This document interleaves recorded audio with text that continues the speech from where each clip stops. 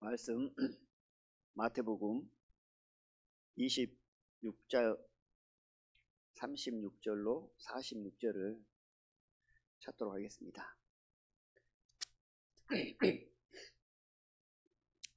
마태복음 26장 36절로 46절입니다.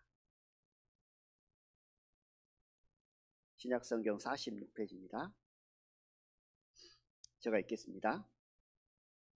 이에 예수께서 제자들과 함께 겟세마네라 하는 곳에 이르러 제자들에게 이르시되 내가 저기 가서 기도할 동안에 너는 여기 앉아 있으라 하시고 베드로와 세베대의 두 아들을 데리고 가실새 고민하고 슬퍼하사 이에 말씀하시되 내 마음이 심히 고민하여 죽게 되었으니 너희는 여기 머물러 나와 함께 깨어 있으라 하시고 조금 나아가서 얼굴을 땅에 대시고 엎드려 기도하여 가라사대 내 아버지여 만일 할만하시거든 이 잔을 내게서 지나게 하옵소서.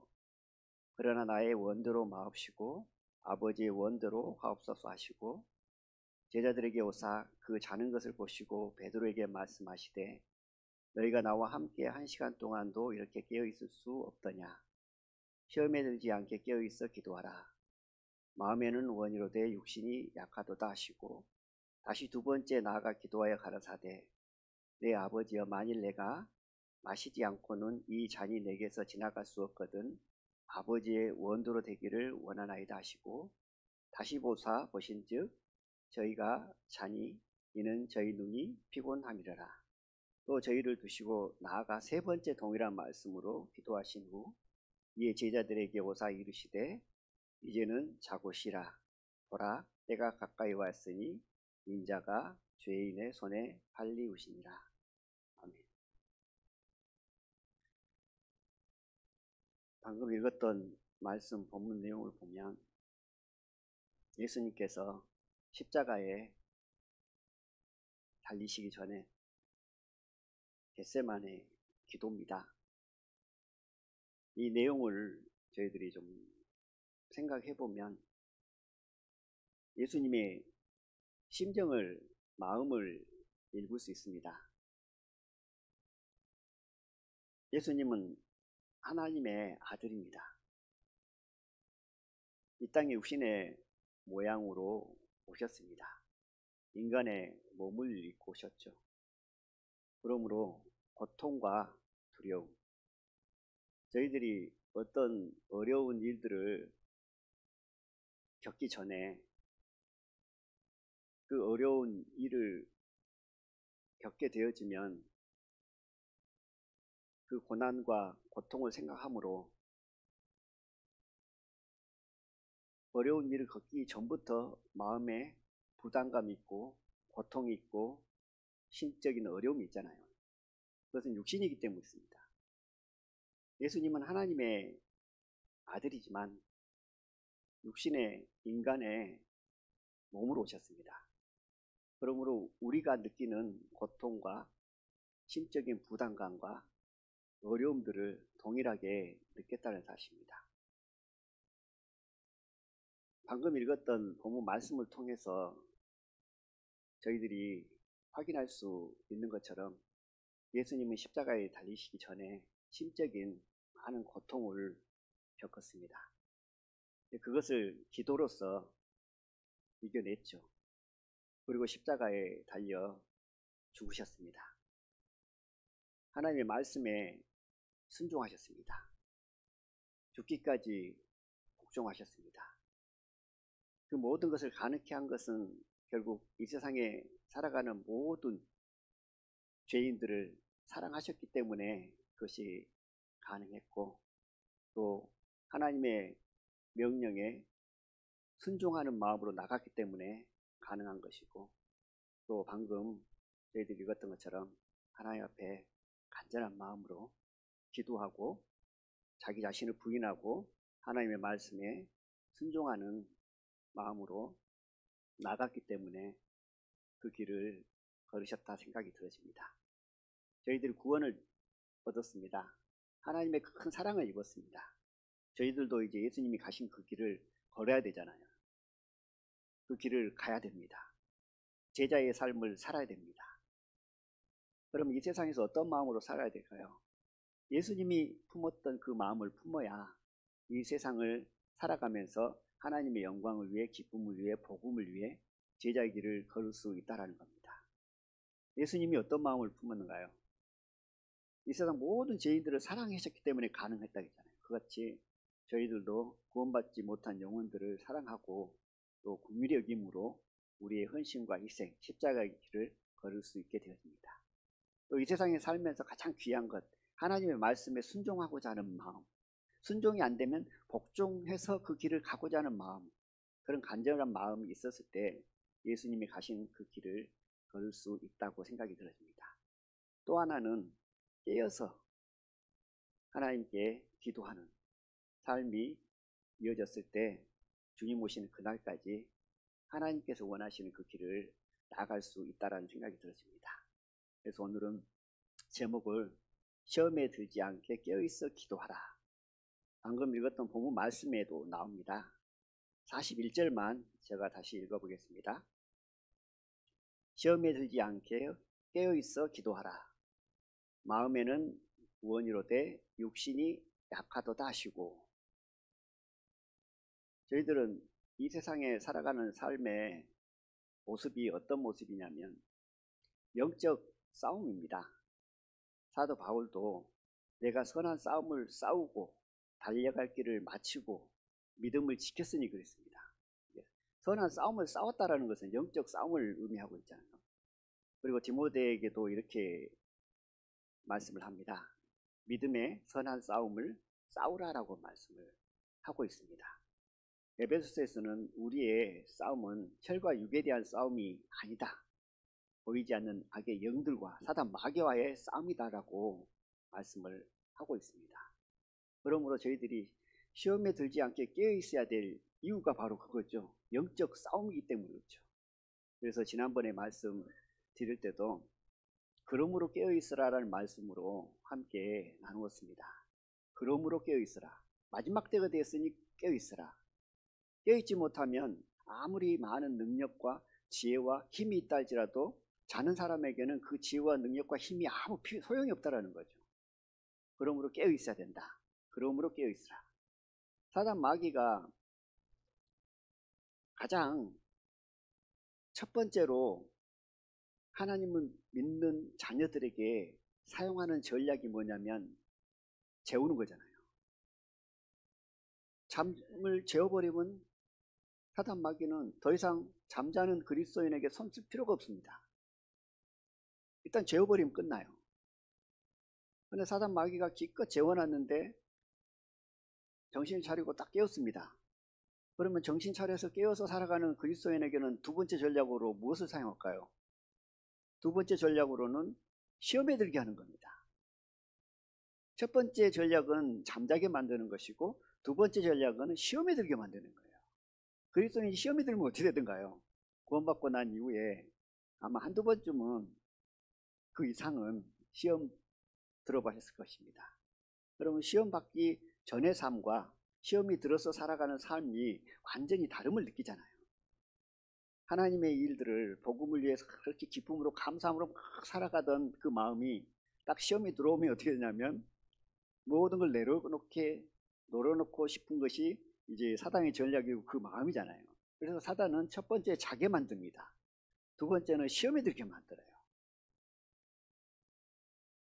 저희들은 이제 뭐 교회 안에서 일뿐만 아니고 복음을 위해서 주를 위해서 세상에서 살아갈 때 실수를 하게 되면 이런 비유를 자주 들잖아요. 이 유리창을 닦는 사람이 깨는 것이지 유리창을 닦지 않는 사람은 유리창 깰 일도 없다. 이런 얘기를 하면서 서로가 위로를 하고 또 교제를 하잖아요. 잠자는 사람은 유리창을 닦을 일도 없죠.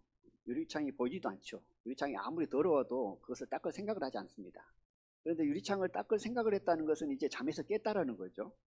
그래서 이제 어떤 사람이 이제 예를 들어서 비유로 유리창이 더러워서 유리창을 깨끗이 닦았습니다. 깨끗이 닦고 나면 사단이 잘했다 그럴까요? 절대 그렇지 않습니다. 깨끗이 닦고 나면 바로 사단이 그 심령 안에 시험을 들게 만듭니다. 어떤 시험이 올까요? 그때는 그래 내가 이렇게 깨끗이 닦았네 그러면서 뭘까요? 교만하게 만든다는 거예요. 유리창을 깨끗이 닦아도 사단은 시험합니다. 그런데 닦았는데 이번에는 깨끗이 닦지를 못했습니다. 그러면 깨끗이 닦지 못했으니까 교만한 마음이 안 들고 시험이 안 될까요? 사단은 또 깨끗이 닦지 못한 걸 가지고 또 시험을 하거든요. 그리고 이번에는 유리창을 깨버렸습니다. 그러면 사단은 또 그 깬 거 가지고 또 시험을 해요. 이게 어떤 말씀을 드리려고 이 비유를 말씀드리냐면 하나님을 일을 하려고 하고 복음을 전하려고 하면 사단은 강력하게 역사하여서 어찌됐든지 구원받은 하나님의 자녀들이 시험에 들게 한다는 겁니다. 시험에 들게 해서 낙심하게 만들고 시험에 들게 해서 복음을 전하지 못하도록 하고 시험에 들게 해서 하나님의 일들을 못하게 한다는 겁니다. 하더라도 형식적으로 습관처럼 의무적으로 하게 만드는 것이 사단의 전략인 것을 보게 되어집니다. 그러므로 저희들이 복음 전도 집회를 앞두고 있습니다. 더욱더 깨어서 저희들이 기도해야 되겠죠. 그 이유는 사단은 지금 틈을 타서 어찌됐든 시험을 듣게 할까? 어떻게 하면 넘어뜨릴까? 왜 그럴까요? 사단이 가장 싫어하는 것이 전도하는 거잖아요. 복음 전하는 거잖아요. 우리의 삶은 영적 전쟁입니다. 구원받은 순간부터 주님 앞에 가는 순간까지 영적 전쟁이에요. 영적 전쟁이 아닐 때가 없습니다. 그러나 복음 전도 집회를 한다든지 우리가 전도를 하게 되어지면 사단은 더 강력하게 일을 합니다. 그러므로 복음 전도 집회라든지 우리가 복음을 전하든지 이때에 더욱더 오늘 말씀 제목처럼 시험에 들지 않게 깨어있어 기도하는 저희들의 삶의 모습이 필요하다는 생각이 들었습니다. 저희들은 구원받기 전에 어떤 마음으로 살았냐면 육신의 눈에 보이는 것을 따라 살았잖아요. 물론 구원받지 못하고 하나님을 믿지 않는 사람들도 육신의 눈에 보이는 것이 다가 아니고 어떤 영적 세계가 있고 영적 존재가 있다라는 믿음을 가지고 살아간 사람도 있습니다. 근데 저희들은 구원을 받았습니다. 그러므로 말씀을 통해서 더 확연하게 느끼는 거죠. 우리는 보이는 육적인 세계가 있고 보이지 않는 영적 세계가 있다는 사실입니다. 육적 세계가 있고 영적 세계가 있다는 것은 육적인 존재가 있는 것이고 영적인 존재가 있다는 거잖아요. 우리가 육적인 존재에 대해서 너무나 잘 압니다. 우리 육신의 눈에 보이니까. 그렇죠? 그럼 영적인 존재에 대해서는 우리는 얼마나 알고 살아가느냐는 거죠. 영적인 존재. 성경에서는 이 영적 존재를 자세하게 설명을 하고 있지 않습니다. 말씀하고 있지는 않는 것 같습니다. 그러므로 예를 들어서 마귀? 그럼 마귀는 어떤 천사? 어떤 이런 부분이 아니고 그냥 간략하게 자세하게 설명하지 않고 말씀하지 않고 간략하게 넘어갑니다. 그럼 영적 존재를 한번 생각해 보면 가장 영적 존재 그럼 가장 먼저 떠오르는 게 누군가요? 천사 그러잖아요. 천사가 있습니다. 그리고 성경에는 하나님의 아들들이라고도 나옵니다. 하나님의 아들들. 욥기에 보면 1장에 나오잖아요. 욥을 시험하기 위해서 천상회의를 할 때 하나님과 하나님의 아들들과 마귀 이렇게 등장을 합니다. 보이지 않는 영적인 세계고 영적인 존재인 것을 보게 되어집니다. 하나님의 아들들이 나오고요. 세 번째로는 그룹이 나옵니다. 이 그룹은 어떤 의미를 갖고 있냐면 어떤 경계를 지키는 사명을 갖고 있습니다. 예를 들어서 하늘나라와 땅, 이 세상의 경계를 지키는 것이 그룹이라고 하죠. 그래서 이 아담과 하와가 에덴 동산에서 쫓겨날 때 그룹과 화염검으로 에덴 동산에 들어오지 못하도록 막는 일을 하잖아요. 경계를 하고 있습니다. 그것이 이제 그룹이고 성경의 곳곳이 살펴보면 그룹은 하나님을 만나기 전에 누구를 거치냐면 그룹을 거칩니다. 이 영적인 어떤 존재, 영적인 세계에서 이렇게 성경에서 말씀을 하고 계시고 또 영적인 부분으로 표현하는 말씀이 뭐냐면 천사하고 하나님의 아들들과 그룹이 나오고 그 다음에 또 독특하게 하나님의 천사가 나옵니다. 주님의 천사. 천사면 천사고 하나님은 하나님이지 왜 주님의 천사냐? 주님의 천사는 어떤 의미를 갖고 있냐면, 예수님은 육신의 모양으로 이 땅에 오셨잖아요. 하나님의 아들이지만 육신의 모양으로 이 땅에 오신 분을 예수님이라고 합니다. 그렇지만 이 주님의 천사는 누구를 가리키고 있냐면, 하나님 아버지가 천사의 모습으로 오셔서 모세를 통해서 말씀하실 때 주님의 천사라고 합니다. 그 말씀을 읽어보면 천사 같기도 하고 하나님 같기도 하고 여호 같기도 하고 애매한 구절들이 있습니다. 이제 그걸 가리켜서 주님의 천사라고 이렇게 합니다. 그리고 또 한 그룹의 영적 존재가 있죠. 사단 마귀입니다. 사단 마귀. 사단은 뭐고 마귀는 뭘까요? 같은 존재입니다. 단지 히브리어로 사단, 헬라어로 마귀 이렇게 표현하고 있습니다. 그리고 또한 영적인 존재가 있죠. 그건 뭐냐면 귀신들입니다.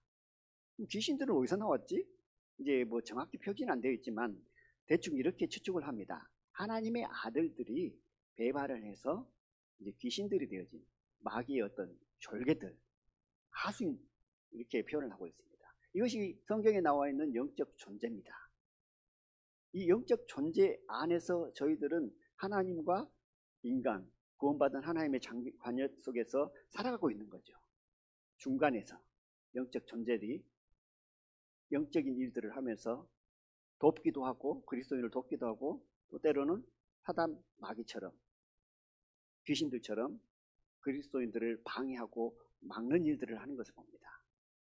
저희들이 영적 싸움을 싸는 것이 우리 그리스도인의 삶의 어떤 모양이고 모습이잖아요. 그렇다면 영적 싸움을 하겠다면 누구와 싸우고 또 어떤 목적을 가지고 싸우고 나를 돕는 이는 누구고 나를 해하는 자, 나의 적은 누구며 그 적은 어떤 일들로 나를 방해하고 어떤 계계를 사용해서 그리스도를 넘어뜨리게 하는가, 이 부분을 아는 것은 너무나 중요하다고 생각이 들어집니다. 아는 것에서 그치는 것이 아니라 실제 이제 삶 가운데 적용하는 것은 더 중요하겠죠. 더군다나 저희들이 복음을 위해 살아갑니다. 복음을 전하려고 하면 사단 마귀는 더 많은 일들을 하잖아요. 그래서 저희들이 더욱더 깨어서 시험에 들지 않도록 하나님 앞에 나아가서 기도하는 삶이 필요하다는 생각이 들어집니다. 그러면 사단 마귀가 하는 일이 무엇일까? 이제 저희들이 그 부분을 생각하면 여러 가지 것들이 떠오르잖아요. 사단 마귀가 하는 일, 뭐 성경을 통해서도 알 수 있고 또 실제 삶 가운데도 경험을 통해서 우리는 알 수 있습니다. 그런데 이제 성경을 연구하신 분이 이 사단 마귀에 관한 부분들을 설명하면서 어떤 부분을 얘기를 하냐면, 초대교회에 믿던 하나님의 자녀들, 초대교회에 살아갔던 성도들은 사단 마귀를 어떻게 정리를 하고 믿음으로 받아들이고 또 사단 마귀를 대적하면서 살았을까 하는 부분으로 정리한 문헌이 있다고 합니다. 그래서 그 문헌을 보고 설명하는 내용을 잠깐 들었어요. 사단 마귀가 하는 일, 초대교회 성도들이 믿었고 또 교리로 삼고 받아들였던 그 일, 사단 마귀는 믿는 그리스도인들에게 어떤 일을 하는가, 또 믿지 않는 세상 사람들에게 어떤 일들을 하는가 하는 부분으로 쭉 정리를 했는데, 그 중에 세 가지만 좀 잠깐 언급을 해보겠습니다. 사단 마귀는 첫째 목적이 뭐냐면 구원을 받지 못하도록 하는 것이 첫째 목적입니다. 구원을 받지 못하도록 하는 게 첫째 목적이라는 건 뭐냐면 하나님의 자녀가 되지 못하도록 수단과 방법을 가리지 않고 일을 한다는 겁니다. 그것이 첫째 목적이죠. 그러니 복음을 전하려고 하거나 집회를 하려고 하면 사단이 가만히 두지를 않습니다. 그것이 첫째 목적이기 때문에 그렇습니다. 그러고 나서 이제 하나님의 자녀가 되지 못하도록 그렇게 방해를 하다가 거기에서 실패하면 어떻게 되는가요? 이제 하나님의 자녀들에게는 어떻게 사단이 일을 하냐면 하나님의 은혜를 잊어버리게 만듭니다. 그리고 하나님의 사랑을 가려버립니다. 이것이 사단의 두 번째 전략입니다. 그리고 세 번째 전략은 뭐냐면 하나님의 영광을 사람이 취하도록 만들어 버립니다. 이 세 가지가 초대교회 때 하나님을 믿는 자녀들이 사단이 하는 일, 역할 이렇게 정의를 하고 믿고 살았다라는 그런 내용들을 설명하고 있는 부분들을 보았습니다. 그 부분을 볼 때 어떤가요? 2000년 전에 믿었던 초대교회 성도들이나 지금이나 뭐 다른 거 있는가요? 저거 보니까 다른 게 하나도 없더라고요. 사단은 여전히 그 목적과 목표를 가지고 달려옵니다. 지금 이 순간에도 어떻게 하면 구원받지 못하도록 할까? 어떻게 하면 하나님을 믿는 자녀들이 하나님의 은혜를 잊어버리고 살까? 어떻게 하면 하나님의 사랑을 막아가지고 알지 못하고 느끼지 못하고 사랑 안에 살지 못하게 할까? 이것이 사단의 전략입니다. 그리고 세 번째는 하나님에게 영광을 돌려야 되는데 어떻게 하면 사람의 영광을 취하게 만들어 버릴까? 이게 사단의 전략이라는 겁니다. 2000년 전이나 지금이나 사단은 그거를 향해서 지금까지 달려왔고 그것을 최대한의 어떤 목표로 삼고 나왔다는 사실입니다. 그러면 사단의 전략이 이거라면 구원받은 하나님의 자녀들의 마음은 이제 어떻게 살아가야 될까요? 어떤 마음으로 살아갈까요? 이게 알았잖아요. 물론 이 부분은 뭐 새롭게 아는 부분은 아닙니다. 이미 다 알고 체험하고 경험했던 겁니다. 그런데 사단은 어떤 일을 하냐면 잊어버리게 만든다는 겁니다. 하나님의 은혜를 잊어버리게 만들고 하나님의 사랑을 막아버립니다. 하나님의 은혜를 잊어버렸다는 건 뭡니까? 내 입술을 통해서 내 마음을 통해서 감사하는 마음이 줄어든다는 겁니다. 우리의 모든 삶은 하나님의 은혜잖아요. 우리가 구원받은 것도 은혜고 우리가 지금까지 살아왔던 것도 은혜고 우리가 숨쉬고 있는 것도 은혜고 우리가 이렇게 하나님 앞에 나와 예배 드릴 수 있는 것도 은혜입니다. 그러면 그것이 모든 것이 다 은혜라면 하나님 앞에 감사하는 마음으로 나와야 되는데 사단은 그 은혜를 잊어버리게 만든다는 겁니다. 그건 은혜가 아니지. 그냥 뭐 일상 속에서 구원받은 거 당연한 거 아니야? 이런 마음으로 살진 않겠지만 그런 마음이 되도록 만든다는 겁니다. 어떤 것을 하나님께서 주시면 그것을 은혜로 감사함으로 처음에는 받다가도 시간이 흐르면 그것이 아무것도 아닌 것처럼 하나님의 은혜를 자꾸 잊어버리게 만들어요. 사단의 역할이. 그리고 하나님의 사랑을 막아버린다 그러잖아요. 하나님의 사랑을 막는다라는 것은 어떤 의미를 담고 있다고 생각이 드냐면 얼마 전에 한 형제와 교제를 하는데 이제 교회 안 나오신 분입니다. 지금 둘이서 교제를 잠깐 했습니다. 하는데 이렇게 얘기하더라고요. 참 마음에 드는 얘기를 하더라고요. 어떤 얘기를 하냐면 요즘은 세상 사람들이나 구원받은 하나님의 자녀들이나 다 사랑을 너무 많이 얘기한다. 사랑이라는 단어가 홍수처럼 넘칩니다. 한마디 들어보니까 그러더라고요. 요즘 사랑이라는 단어를 얼마나 얘기를 많이 해요. 우리가 카톡을 보내거나 문자를 보내면 사랑이란 표현하기가 너무 쉽습니다. 한 번만 눌리면 하트가 그래 멋지게 그래갖고 송질내잖아요. 근데 과거에는 사랑이라는 것을 표현한다는 것이 부끄럽기도 하고 좀 잘 되어지도 않고 표현의 방식도 너무 서투렀고 또 사랑을 해야 된다는 표현을 해야 된다는 걸 알면서도 잘 안 된 시대였습니다. 그리고 요즘 시대가 어떤가요? 너무나 쉽습니다. 표현도 너무 기가 막히게 잘해요. 사랑합니다. 사랑합니다. 하나님을 사랑합니다라는 것도 제가 과거를 돌아보면 참 하나님 앞에 내가 하나님 사랑합니다라고 한마디 하기가 양심상 꺼림이 너무 많아가지고 잘 말을 못했거든요. 근데 요즘은 저의 어떤 그 마음과 삶을 보면 하나님 사랑합니다라는 것을 그냥 허스름없이 하는 것 같아요. 과거에 비해서. 현 시대의 세상 사람들이나 구원받은 하나님의 자녀들이나 사랑의 표현, 이 표현과 말이 잘못됐다는 것이 아니라 주님 안에서는 더 많이 해야 되죠. 그러나 사단은 그것을 어떻게 이용을 하냐면 그냥 형식적으로 그냥 말로만 입술로만 하고 끝나버리게 만드는 것이 사단의 전략이라는 겁니다. 그래서 사랑이라는 표현을 많이 해.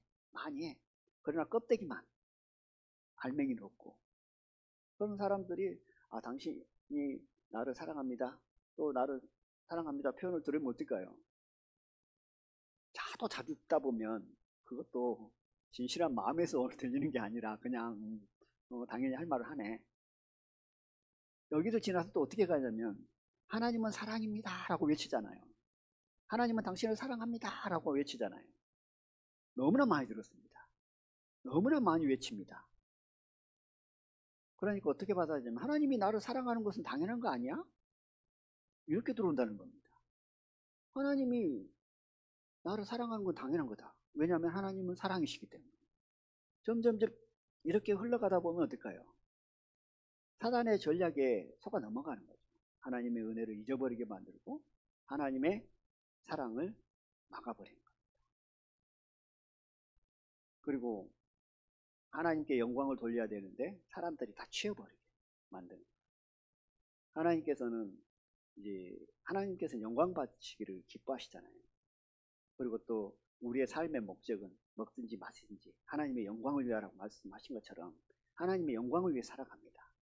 그런데 하나님께 영광을 돌려야 될 것을 사단은 교묘하게 속여서 결국 사람이 취하게 만들어버리는 것이 사단의 역할이고 전략이다. 그 사단의 역할과 전략은 2000년 전이나 지금이나 동일하다.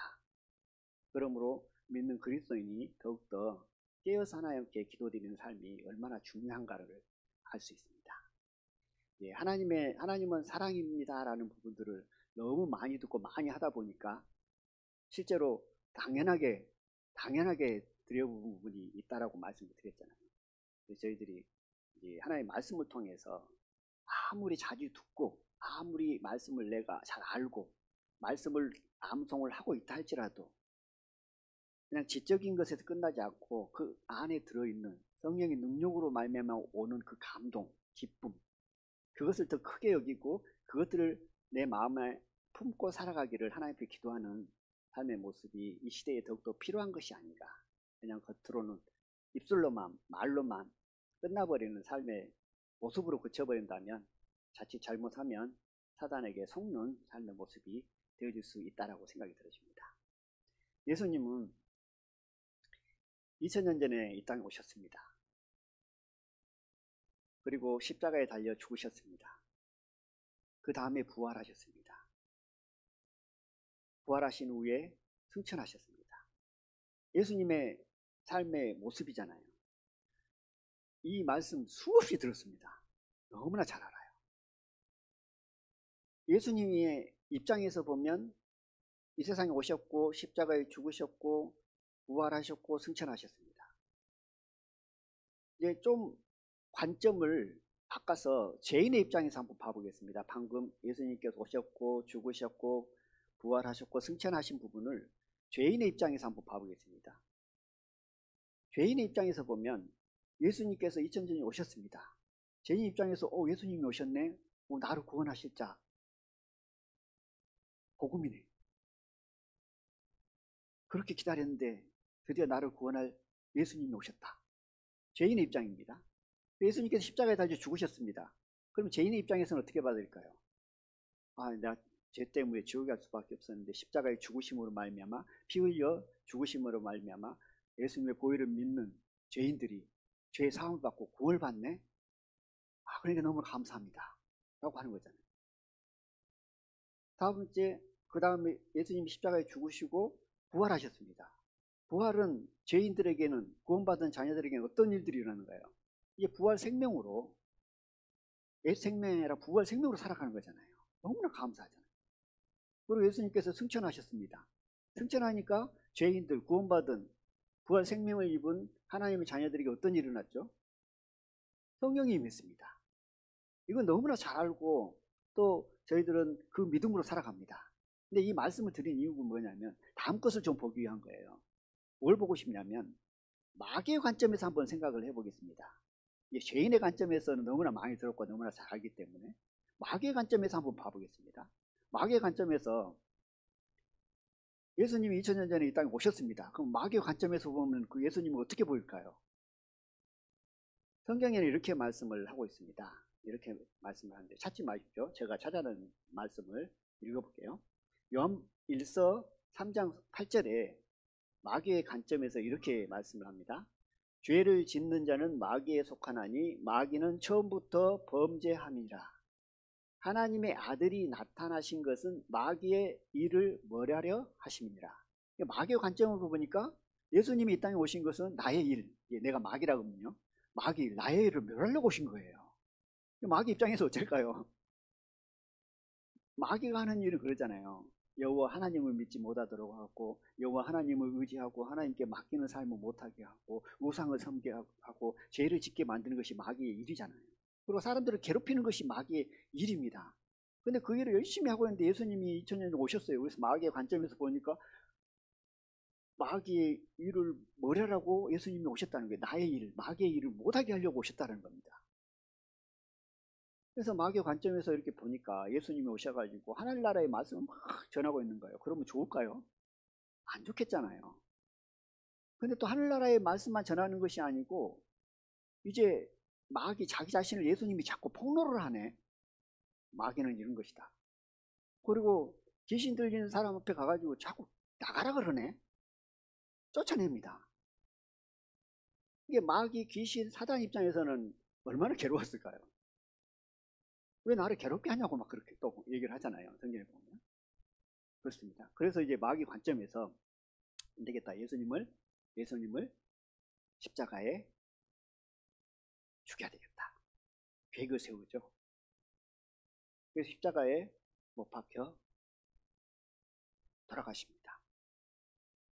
마귀 관점에서는 야 이제 됐다. 나를 괴롭게 힘들게 했던 그 예수 하나님의 아들이 이제 죽었으니 이제 끝났다라고 생각을 했는데 예수님께서는 십자가로 승리했다고 선포를 해버립니다. 사단 입장에서는 승리했다고 생각했는데 자기가 완전 패배를 느끼게 되어집니다. 왜냐하면 예수님의 죽음은 자기의 승리로 생각했는데 오히려 십자가로 예수님이 승리해버림으로 말미암아 완전한 패배에 이르게 되죠. 패배에 이르게 된 이후에 사단 마귀는 엄청난 충격을 받습니다. 사단 마귀가 믿지 않는 세상 사람들을 괴롭히고 끌고 다니잖아요. 세상 사람들의 그 약점을 가지고 사단 마귀는 괴롭히고 끌고 다닙니다. 세상 사람들의 약점이 뭘까요? 세상 사람들의 약점. 사단 마귀 입장에서 보면 세상 사람들에게 강력한 약점이 있습니다. 그 약점이 뭐냐면 죽음입니다. 사단 마귀는 죽음을 이용해 가지고 세상 사람들을 괴롭히고 끌고 다니고 두려움에 쌓이게 하고 종으로 만들어서 세상 사람들을 믿지 않는 사람들을 구원받지 않는 사람들을 이용한다는 사실입니다. 그 강력한 무기가 뭐냐면 죽음입니다. 죽음. 그래서 성경에 보면 히브리서 2장 15절에는 이렇게 말씀을 합니다. 또 죽기를 무서워함으로 일생에 매여 종로를 하는 모든 자들을 놓아주려 하십니다. 사단 마귀는 죽음을 두려워하는 사람들을 이용해서 종을 삼아서 끌고 다니는 거예요. 예수님께서 죽으셨잖아요. 이 말씀에 빗대어서 보고 또 성경적인 근거를 보면 사단 마귀는 사람들이 살아있을 때만 이용한다는 겁니다. 그 사람이 죽어버리면 어떻게 된가요? 사단 마귀하고 무슨 상관 있죠? 뭐 구원 받았든지 받지 않았든지 세상 사람들이 이제 태어나서 삽니다. 쭉 살아가다가 죽어버렸어요. 죽어버리면 더 이상 사단은 그 죽은 사람을 건드릴 수가 없습니다. 이제 사단과는 끝난 거죠. 죽음. 어떻게 죽은 사람을 가가지고 뭐 괴롭힐 거예요. 어떻게 하면 죄를 지으라고 할 거예요. 죽은 사람한테 가가지고 이미 끝난 사람한테. 그러니까 사단이 이용하는 건 그 사람이 살아있을 동안만 사용하고 종으로 삼아서 악하게 만들고 배반하게 만드는 겁니다. 죽어버리면 끝이라는 겁니다. 왜 죽으면 끝이라는 것을 강조하냐면 그 안에 사단이 엄청난 패배감을 느꼈다 그랬잖아요. 예수님의 십자가의 죽음을 통해서. 왜 패배감을 느꼈냐면 예수님은 십자가에 죽였습니다. 근데 예수님만 죽은 것이 아니라는 사실입니다. 누가 죽어버렸습니까? 예수 믿는 사람도 죽어버렸잖아요. 그러니까 예수 믿는 사람도 같이 죽어버렸어요. 예수님이 죽을 때 십자가에. 그러니까 사단은 어떤 사람을 건든다 그랬죠? 살아있는 사람을 건드는 거예요. 살아있는 사람들을 종을 삼아서 괴롭히고 두려움에 싸우게 하고 죽음을 이용해서 질질 끌고 다닌다는 거예요. 근데 죽어버렸어요. 예수님만 죽은 게 아니고 예수 믿는 사람들도 같이 죽어버렸네요. 그러면 이제 사단은 어떻게 돼요? 구원받은 하나님의 자녀들은 다 죽어버렸는데 사단이 할 수 있는 건 아무것도 없다라는 겁니다. 그러므로 이 죽음이라는 것은 복음 안에서 엄청난 은혜라는 사실입니다. 그래서 성경 곳곳에서 그러잖아요. 너희가 예수님과 함께 죽었다. 연합을 통해서 죽었다. 세례를 통해서 죽었다라고 말씀을 하잖아요. 그러니까 사단의 관점에서 보니까 이제 예수님만 죽은 줄 알았는데 예수님을 믿는 사람들이 다 죽어버렸네. 그러니까 이제 사단이 더 이상 어떻게 손을 쓸 수가 없는 거죠. 그러니까 사단은 엄청난 패배감에 들어갑니다. 사단의 관점에서 말씀드리는 겁니다. 그리고 나서 이제 예수님께서 부활하셨잖아요. 죽은 것은 끝나는 것은 부활하셨습니다. 부활의 의미는 뭡니까? 이제 새로운 생명이잖아요. 부활 생명이잖아요. 죽지 않는 생명, 죽음과 상관없는 생명. 그런데 여기서 또 예수님이 부활할 때 예수님과 함께 죽었던 그리스도인들, 우리들, 나가 어떻게 됐죠? 함께 부활했고 살아나 버렸네. 사단의 관점에서 다시 한번 생각해 볼게요. 죽은 줄 알았는데 다시 살아나 버렸어요. 예수님의 생명으로, 부활 생명으로. 그러면 이제 어떻게 될까요? 죽어서 건들 수 없었는데 다시 살아났으면 다시 건들 수 있어야 되는데 새로운 생명으로 태어나 버렸기 때문에 부활 생명으로 나왔기 때문에 사단은 이제 어떻게 되냐면 더 이상 믿는 그리스도인들을 어떻게 할 수 없다는 사실입니다. 그러므로 이것을 가리켜서 사단이 부끄러워한다. 왜 부끄러워하냐? 살아서 돌아다니는데 건들 수가 없는 거예요. 손댈 수가 없어. 손 쓸 수가 없어요. 이게 부활 생명이라는 겁니다. 구원받은 하나님의 자녀들에게 준 엄청난 은혜라는 사실입니다. 말씀 한 구절 찾아볼까요? 골로새서 2장입니다.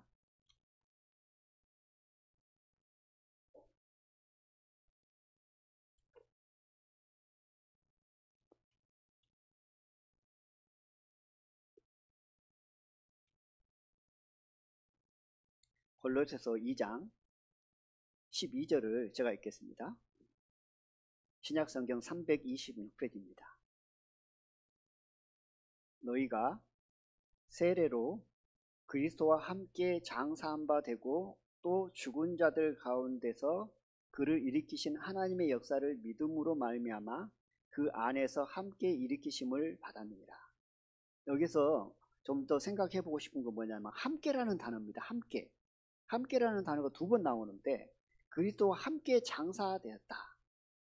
함께 연합되어서 죽었다라는 의미가 있고요. 그 다음에 후반부에 보면 하나님의 역사를 믿음으로 말미암아 그 안에서 또 함께 일으키심을 받았느니라 그랬습니다. 이게 함께 죽고 함께 부활했다는 사실입니다. 그러므로 연합된 관계 속에서 사단의 관점에서 볼 때는 더 이상 구원받은 하나님의 자녀들을 어떻게 할 수 없다는 사실입니다. 엄청난 패배, 그리고 또 엄청난 부끄러움. 그리고 예수님께서 승천하셨잖아요. 이제 승천하심으로 성령이 이제 구원받은 하나님의 자녀들에게 임해버렸잖아요. 그러면 이제 사단의 관점에서 구원받은 하나님의 자녀들에게 성령이 임했다라는 것은 어떤 의미를 담고 있을까요? 사단의 관점에 볼 때는 패배감을 맛봤습니다. 예수님의 십자가로 말미암아. 그리고 부활함으로 말미암아 더 이상 이제 사망으로 어떻게 할 수 없는 관계가 되어버렸습니다. 그래서 성령이 임해버렸어요. 성령이 임해버린 순간 사단은 어떤 일이 일어날까요? 여기에서 아주 중요한 의미를 좀 생각해 봐야 된다. 어떤 의미냐면 하나님께서 우리에게 성령을 주신 이유, 그것을 보면 사단이 보는 관점에서 사단이 어떻게 느낄 것인가라는 것을 대충 감이 옵니다. 하나님께서 성령을 우리에게 주신 이유가 뭘까요? 이유는 하나님께서 많은 은혜를 주셨잖아요. 믿음을 주셨습니다. 교리를 주셨습니다. 그런데 거기에서 우리가 예수님과 함께 죽었습니다. 또 함께 살았습니다. 구원 생명으로 살아야 되고 죽음을 의미하고 있습니다. 그런데 죽었으니까 이제 사단은 나를 간들 수도 없습니다. 부활 생명을 살아가니까 접근할 수도 없으니까 사단은 부끄러울 수밖에 없는 거예요. 근데 실제로 삶 가운데는 어떤가요? 나를 안 건든가요, 사단이? 건들잖아요. 사단에게 속아 넘어가잖아요. 부활 생명이라고 살아가는데 사단은 계속 공격을 합니다.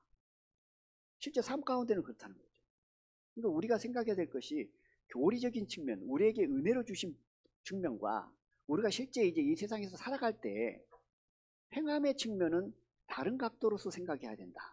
마치 믿고 있는 것이, 알고 있는 것이 나의 삶인처럼, 알고만 있고 믿고만 있으면 모든 것이 나의 삶 가운데 적용되는 것처럼 착각하고 살아가면 안 되고, 교리는 교리인 것이고 우리가 믿고 있는 건 믿고 있는 것이고 실제 삶 가운데 이제 적용을 하고 살아가야 되는데, 믿는 것을 행함으로 나타내야 되는데, 믿는 것을 행함으로 나타나게 할 수 있는 것이 누구냐면 성령님이라는 사실입니다. 우리에게 성령을 주신 이유가 그겁니다. 우리가 믿는 하나님의 말씀, 순종하려고 합니다. 하나님 기쁘심을 쫓아 하나님의 영광을 위해 살기를 원합니다. 그러나 너무나 육신이 약하잖아요. 안 되잖아요. 그래서 믿음을 주시고 은혜를 주십니다. 그런데 안 되는데 성령을 통해서 그들을 이루어 나가게 하시기 위해서 성령을 주셨다는 사실입니다. 그러므로 사단의 관점에서 볼 때는 이제 믿음으로 패배한 것도 억울한데, 이제 실제 그리스도인들이 성령으로 말미암아 삶 가운데 승리하는 삶을 살게 만들어버리니 사단 입장에서는 어떨까요? 그래서 발악을 하고 있는 거겠죠. 근데 이 너무나 엄청난 이 은혜의 말씀, 이 믿음을 하나님께서 우리에게 주셨는데, 너무나 큰 사랑과 복을 받았는데, 구원받은 하나님의 자녀들이 이 마지막 시대에 깨어있지 못하고 사단의 헛된 속임에 속아서 시험에 들고 살아가 버린다면, 그럼 하나님께서 우리에게 주신 은혜, 또 성령께서 우리 안에서 얼마나 근심하고 탄식할 것인가 하는 부분들을 우리가 늘 생각하고 시험에 들지 않도록 깨어서 살아가는 삶이 우리에게 더더욱 필요한 그런 시대가 아닌가라는 생각을 해봅니다. 시험에 들지 말아야 됩니다. 저는 주님 안에서 살면서 자주 느끼는 것이 뭐냐면, 교회 안에서 됐든지 세상에 나가서 복음을 전하든지 하나님의 일을 열심히 하는 거 중요하죠. 또 하나님께서 맡기신 일에 충성되이 잘 하는 거 중요합니다. 근데 그보다도 더 중요한 것이 있다고 저는 생각합니다. 그거 뭐냐면 시험에 들지 않는 거다. 시험에 들지 않는 것이 더 중요하다. 잘하고 열심히 하고 못하고 그 부분은 뒤로 가야 된다. 어찌됐든 하나님의 일을 하면 할수록, 복음을 전하면 전할수록, 주님 안에서 살아가려고 하면 할수록, 실제로 살아갈수록 뭐가 중요하냐? 잘하냐? 충성되게 나가냐?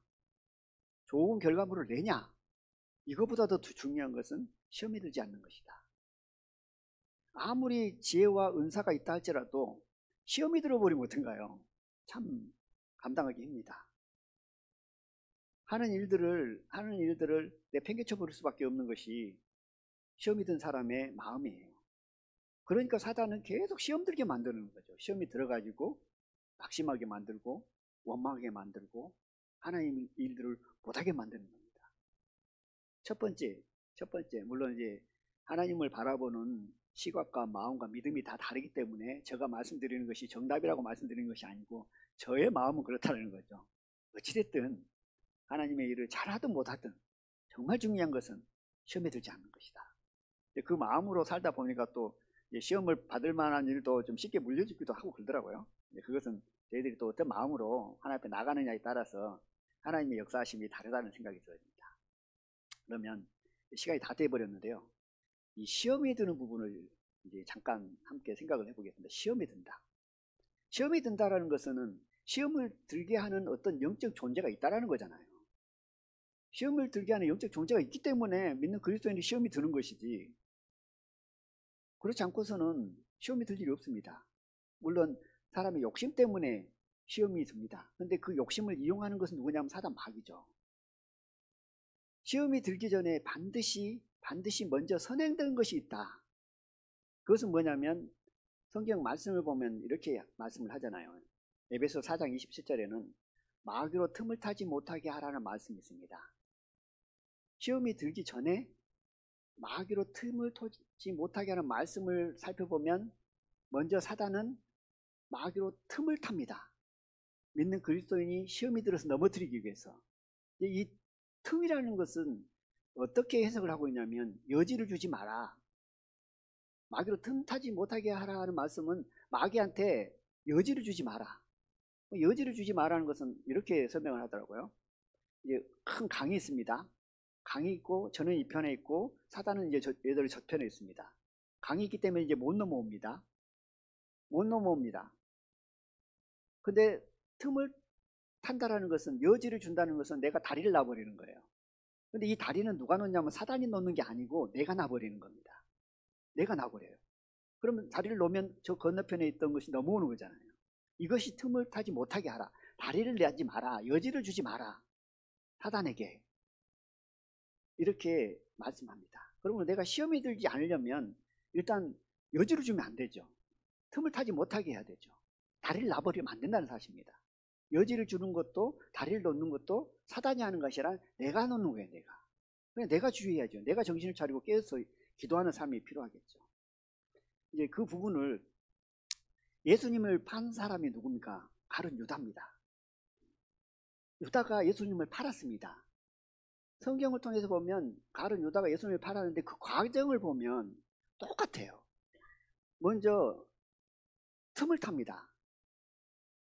어떤 틈을 탔냐면 12제자 중에 유다의 특징, 유다의 약한 부분이 뭐였냐면 성경에는 돈이라고 얘기합니다. 그가 돈을 사랑했는지 어쨌는지 모르겠지만 제자들의 어떤 이제 그 재정을 관리한 사람이었나 봐요. 그래서 그 돈 괴를 맡고 있는 것이 가룟 유다잖아요. 가룟 유다가 잘 관리했으면 좋은데 어떻게 했냐면 돈이 들어오면 일부 빼가지고 호주머니 넣습니다. 자기 손에. 그게 뭐냐면 돈에 약하다는 거잖아요. 그리고 틈을 탔다라는 건 뭡니까? 이제 욕심이 들어와서 제자들과 함께 예수님과 함께 써야 될 돈을 자기 소유물로 여겨버려서 조금씩 뺐습니다. 점점점 틈을 탔습니다. 그러다가 시간이 흘러서 결정적인 사건이 일어납니다. 유다에게. 어떤 사건이 일어나냐면 향유를 붓잖아요. 향유를 부어가지고 300데나리를 팔아야지 가난한 사람한테 줘야지. 그 얘기를 한 사람이 누구냐면 유다입니다. 유다. 가룟 유다. 물론 마가복음이나 다른 성경에는 이제 제자들이 또 어떤 사람들이 이렇게 말씀을 하고 있는데 요한복음에 보면은 이렇게 말씀입니다. 가룟 유다가 그 여인에게 그 비싼 향유를 팔아서 300데나리를 팔아서 가난한 자에게 나눠주면 더 좋았을 텐데 하고 책망을 합니다. 그 모습을 보고 예수님께서 뭐라고 합니까? 예수님께서 그 여인을 칭찬하잖아요. 그때 유다의 마음은 어땠을까요?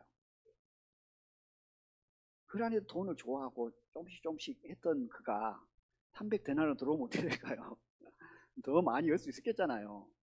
그런 마음으로 이제 겉으로는 가난한 사람 생각하면서 했지만 결국 그 마음 안에는 그게 들어있는 거거든요. 그걸 예수님께서 또 깨트려 보시는 거죠. 그 마음을 들켰다고 생각했는지 모르겠지만 유다는 그 순간 조그마한 틈이 확 벌어집니다. 예, 아까 다리로 얘기했다면 다리가 이제 살짝 나졌다면 이제 완전히 나버리죠. 이 사건이 언제 있었냐면 예수님이 십자가에 달리시기 6일 전의 사건입니다. 6일 전에 그 전에 이제 뭐 돈을 조금씩 빼서 였겠죠. 근데 6일 전에 이 사건이 일어나고 유다는 그 순간 마음에 작정을 합니다. 예수님을 팔아야 되겠다. 그래서 요한복음 13장에는 마귀가 벌써 시몬의 아들 가룟 유다의 마음에 예수를 팔려는 생각을 넣었더니 그럽니다. 틈이 벌어지니 넘어오니 다리를 놔버렸으니 여지를 줬으니 이제 유다의 마음에 마귀가 예수를 팔려고 하는 마음을 확 심어져 버립니다. 심어져 버리니까 이제 어떻게 할까요? 마음이 심어졌습니다. 심어졌으면 이제 행동으로 옮기는 거잖아요. 행동으로 옮기는데 이 예수님이 유다를 책망하고 그 시점이 예수님이 십자가에 달리시기 6일 전이었잖아요. 그럼 6일 사이에 많은 일들이 벌어지잖아요. 그러면서 그 유다의 마음에 예수님을 팔려고 하는 마음을 마귀가 심어주고 난 다음에 유다는 이제 어떤 행동을 하냐면 예수님이 죽기 십자가에 달리시기 이틀 전에 대제사장을 찾아갑니다. 찾아가가지고 대제사장을 왜 찾아갔을까요? 대제사장들이 예수를 죽이려고 지금 작정을 하고 있는 상태로 있잖아요. 그것을 유다가 알고 있었죠. 그래서 찾아갑니다. 협상을 합니다. 그래서 300은 30세겔을 받을 걸로 하고 이제 어떤 것을 대제사장과 의논을 하냐면 그러면 예수님을 어떻게 넘겨줄까 방책을 막 서로 의논을 해요. 의논을 하고 난 다음에 결론을 어떻게 내냐면 예수님이 한적한 곳에 사람들이 무리들이 별로 없을 때 내가 예수님에게 입을 맞추면 그가 예수다. 그를 잡아라 하고 대제사장들과 유다가 협상을 해서 그 방책을 가지고 이제 기회만 엿보고 있습니다. 그러다가 예수님의 십자가에 달리시기 하루 전에 유다가 예수님에게 가서 입을 맞추려고 할 때 예수님께서 유다야 네가 입 맞추어서 나를 팔려고 하느냐? 이렇게 해버리잖아요. 이제 어떻게 해요? 유다는 들켰지만 결국은 이제 예수님을 파는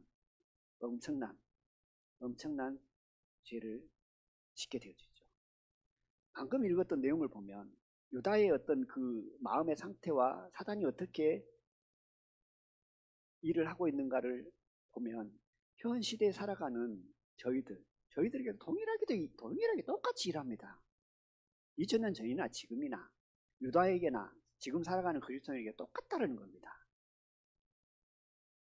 시험에 넘어간다는 겁니다. 사단에게 이용당하고 하나님의 도구로 쓰임받아야 되는데 사단의 도구로 쓰임받게 된다는 겁니다. 깨어있지 못하고 속게 되어지면 처음에는 시작은 아주 적습니다. 조그맣게 사단이 조그맣게 들어옵니다. 아주 조금의 여지 주면 여지를 좀만 주면 어떻게 해요? 바로 시작할 때 유리창을 닦는 거 있잖아요. 깨끗이 잘 닦았어요. 그러면 너무나 감사하잖아요. 근데 사람의 마음은 너무나 자기 자신을 나타내고자 하는 마음이 강하겠습니다. 욕심이 강하겠습니다. 그러니까 사단이 그걸 잘 이용해가지고 그래 니 닦았지 그러면서 어떻게 가요? 사단이 틈을 벌게 합니다. 그러면 사람은 제가 한 것이 아니고 하나님의 능력으로 하나님께 하게 하심으로 하나님의 은혜로 한 것입니다 라고 하지만 그 사이에 1%의 나라는 것을 집어넣어 버립니다. 그러면 그것이 점점점 벌어지다 보면 결국은 사단에게 틈을 타게 되고 확 열어주게 되면 사단이 마음 가운데 탁 심어져 버리죠. 심어져 보면 이제 그 심어진 것을 따라서 유다가 행했던 것처럼 그대로 하게 되어지는 거죠. 우리가 이 세상에 살면서도 복음을 전하면서도 교회를 하면서도 그런 일들은 사단은 시시선으로 그것을 노리고 그것을 이용한다는 겁니다. 오늘 저희들이 깨어서 하나님 앞에 기도하고 시험에 들지 않도록 나가는 삶의 모습이 이 마지막 시대에 더더욱 필요한 것이고 또 전도 집회를 앞두고 또 우리가 복음을 전하는 일들을 하는 과정 속에서 정말 경계하고 조심해야 될 부분이다. 나는 괜찮겠지가 아니겠죠. 어떻게 괜찮겠지라고 생각을 한 사람이 있겠습니까? 왜냐하면 예수님께서는 육신이 약하다. 그러므로 너희는 시험에 들지 아니하도록 깨어서 기도하라고 말씀을 하고 있습니다. 자칫 잘못하면 좀만 방심하면 넘어집니다. 시험에 듭니다. 마귀는 기회를 타서 넘어뜨리고 시험 들게 하고 나만 시험 들고 끝나는 게 아니고 다른 형제 자매들의 마음을 다치게 하고 힘들게 하는 것이 사단의 역사입니다. 그러므로 너희들이 복음 전도 집회에 정신을 차리고 더욱더 드려지는 삶을 살기를 원하고 사단 마귀는 어떻게든지 복음을 전하지 못하도록 방해를 합니다. 그리고 사단 마귀는 어떻게 하면 하나님의 은혜를 잊어버리게 만들까? 어떻게 하면 하나님의 사랑을 막아버릴까? 어떻게 하면 하나님의 영광을 사람이 취하게 만들까? 이게 사단의 계략이고 사단이 이 세상에 존재하고 있는 이유란 사실입니다. 그 이유와 목적을 알고 있기에 저희들의 마음은 어떤 마음을 가지고 살아야 되는가? 그것은 너무나 잘 아리라고 생각이 들었습니다. 그래서 저희들이 주님 안에서 더욱더 감사함으로 살기를 원하고 또 한 주 동안 전도 집회를 위해서 저희들이 또 저녁마다 와서 또 수고하게 되어지고 또 함께 기도하게 되어집니다. 그때마다 하나님의 은혜로 채워지기를 원하고요. 또 구원의 확신이 없다면 말씀을 들음으로 말미암아 구원의 확신을 가지고 하나님의 사랑 안에 머물기를 원하고, 구원을 받았지만 하나님의 은혜가 식어버렸다면, 하나님의 사랑이 막혀갖고 있다면 집회를 통해서 다시 그 말씀을 통해서 깨어나고 하나님의 은혜를 입고 또 하나님 사랑 안에서 머물며 하나님께서 가장 기뻐하시는 하나님의 영광을 위해 살아가는 것이 우리 삶의 목적이잖아요. 그것처럼 먹든지 마시든지 무엇을 하든지 다 하나님의 영광을 위해서 살아간다면 하나님께서 저희들 통해서 이 마지막 시대에 더 사용하시고 일하시고 또 구원받지 못한 영혼들을 인도하시지 않는가라는 생각을 해봅니다. 누가복음 보면 그 잃어버린 양, 잃어버린 그 동전, 이 목자가 양을 잃어버리잖아요. 그 여인이 동전을 잃어버리잖아요. 그리고 아버지가 아들을 잃어버리잖아요. 그 말씀을 하잖아요. 근데 잃어버린 영혼들 있잖아요. 잃어버린 영혼들을 향한 하나님의 마음을 그 내용을 통해서 말씀하고 계십니다. 무슨 일 있는가요? 예? 알고 있습니다. 끝낼게요. 잃어버린 영혼들이 있습니다. 그 영혼들을 우리가 얼마나 그 간절한 마음으로 찾고 또 나가느냐, 그런 마음이 있었을 때 그 예화를 들어보면 하나님의 기쁨이 있는 거잖아요. 그것처럼 우리가 얼마나 애타는 마음으로 나가느냐에 따라서 우리가 주님 안에서 기쁨이 크리라고 믿습니다. 그래서 저희들이 더욱더 주님 안에서 깨어있는 가운데 잃어버린 영혼들을 위해 기도하고 또 하나님 영광을 위해 살아가는 저희들의 삶이 되기를 원합니다. 말씀 보겠습니다. 오늘 성찬식이